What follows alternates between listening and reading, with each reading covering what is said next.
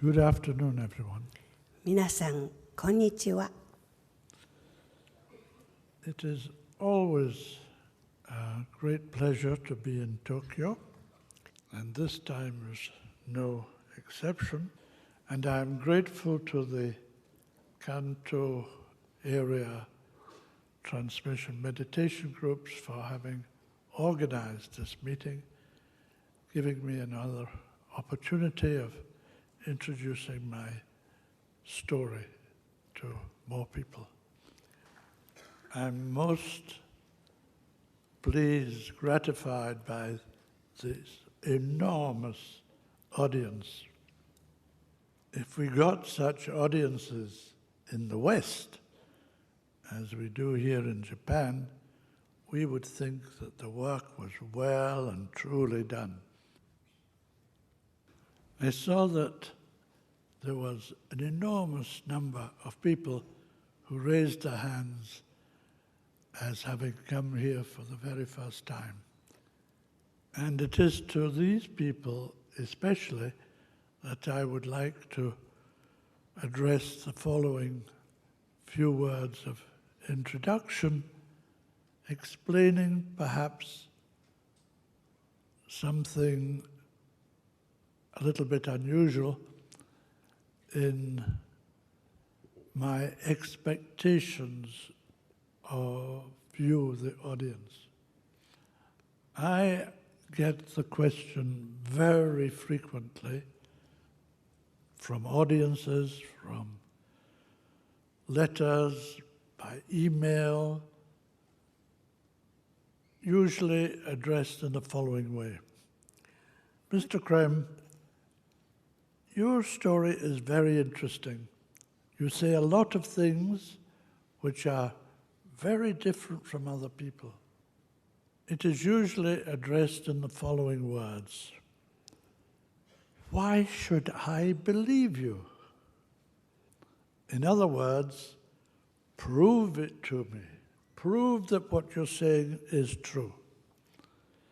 What I'm saying is in the nature of prophecy. And you cannot prove a prophecy until it happens. My answer is always, I am not trying to prove it to you. I am not asking you to believe me. I am simply telling you what I understand and believe about the happenings of this time. And just by telling it, my work is being done.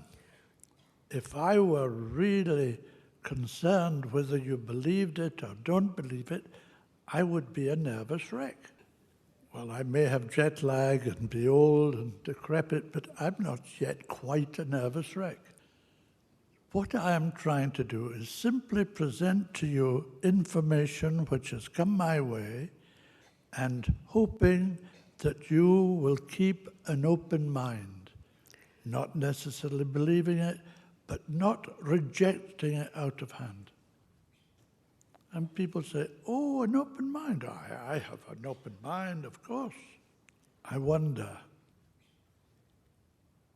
in my not too limited experience, I have found a truly open mind rarer than you would expect. Of course, we all imagine we have an open mind.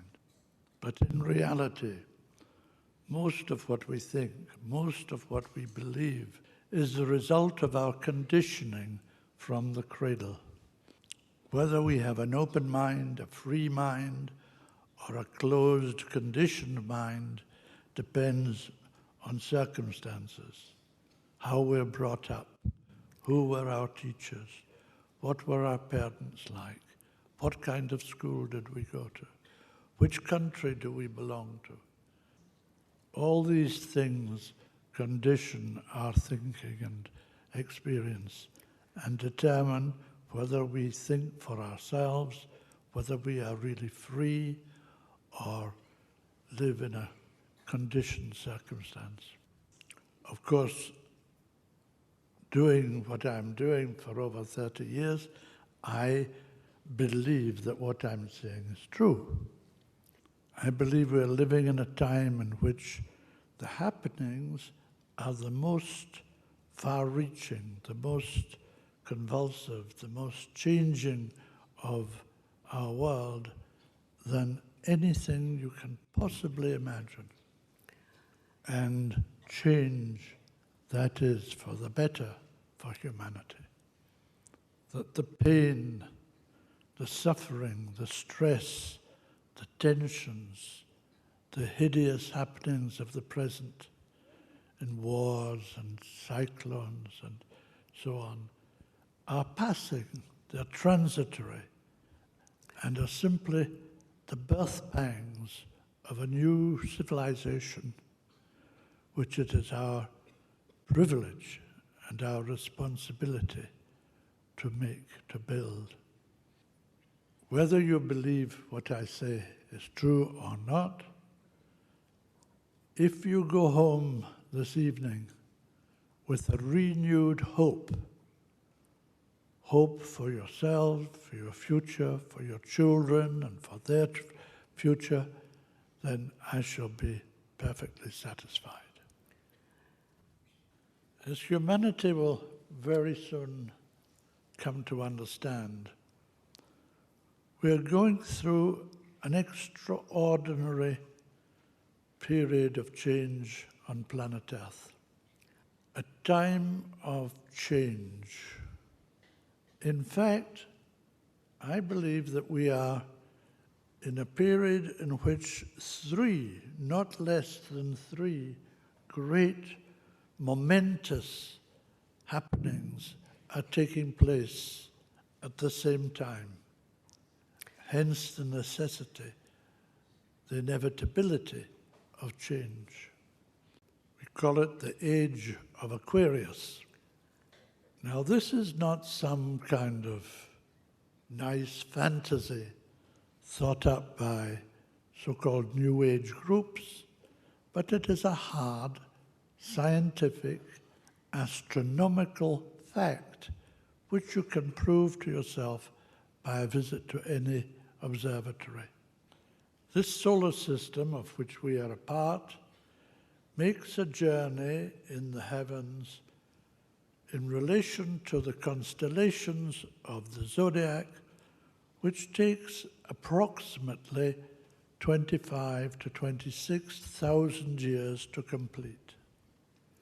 And during that journey in space, our planet, our system, our solar system, comes into a direct relationship, focused with each of the constellations in turn. So approximately every 2,150 years or so, it enters the sphere of influence of the energies of each constellation in turn.